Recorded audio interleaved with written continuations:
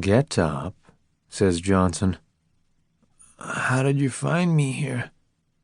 He's standing at the foot of my bed, big fancy hat on, the ass. I've never seen him in 5 points before, let alone for the past 6 weeks. I asked where the stinking drunk who sings was sleeping. What do you think? What, are you mayor of Manhattan now? Let's go. This place is full of fleas.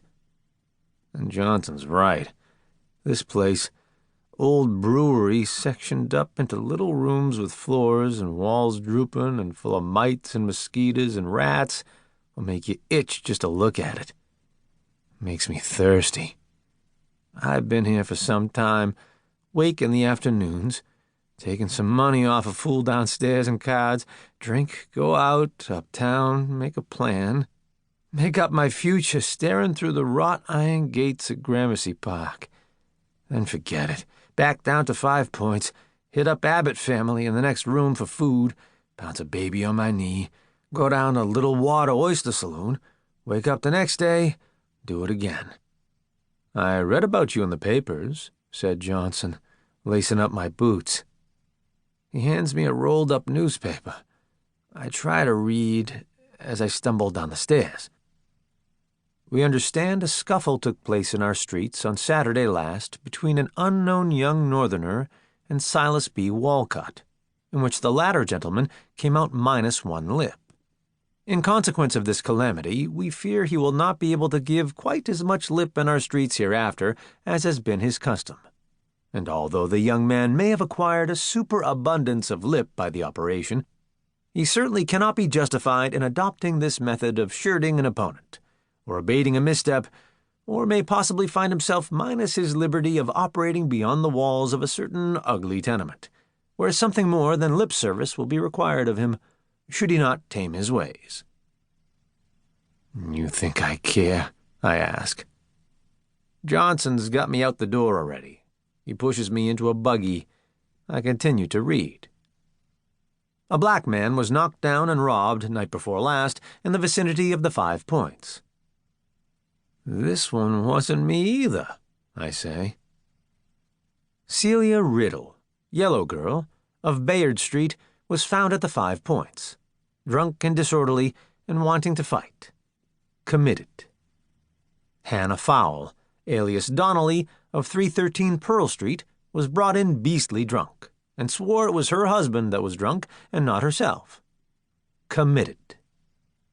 Bernard Lawless, just from New Orleans, was brought in drunk from the oyster house of a man named Smith for attempting to leave a child there, which he brought with him, and swore that he had never seen before, though it was his child.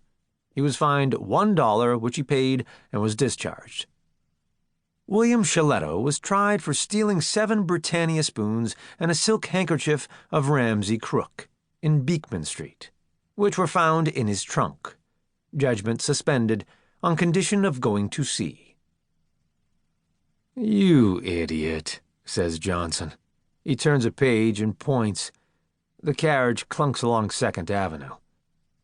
I haven't looked at who's reining the horse. "Nick Bottom of 5 points, believing he was pursued as a stowaway on the White Plains line, having boarded first at Bowery. Some say he was fleeing a mad Roach Guard boy owed a gambling debt, jumped near the Harlem River, very barely missing the water, but suffering a break to his skull which landed him in DeMilt Dispensary downtown last Thursday. No charges." "I'm taking you home," Johnson says. I stand to grab the driver's shoulder, but Johnson pulls me back down by the seat of my pants. "Here." He tucks a bottle into my hand. I uncork it and feel him piercing through my hair. "You're a dead man," he says. I drink. "Give me your gun."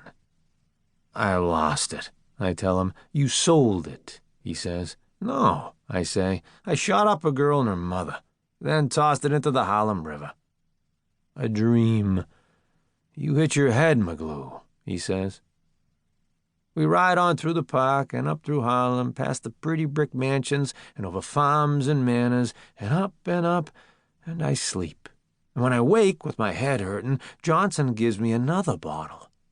I wake again in Mamaroneck with my head wrapped in gauze, the old maid chewing on a fingernail, looking down at my face like a pile of dirty dishes she has to do. "What?" I mumble. She says nothing, and goes and puts another log on the fire.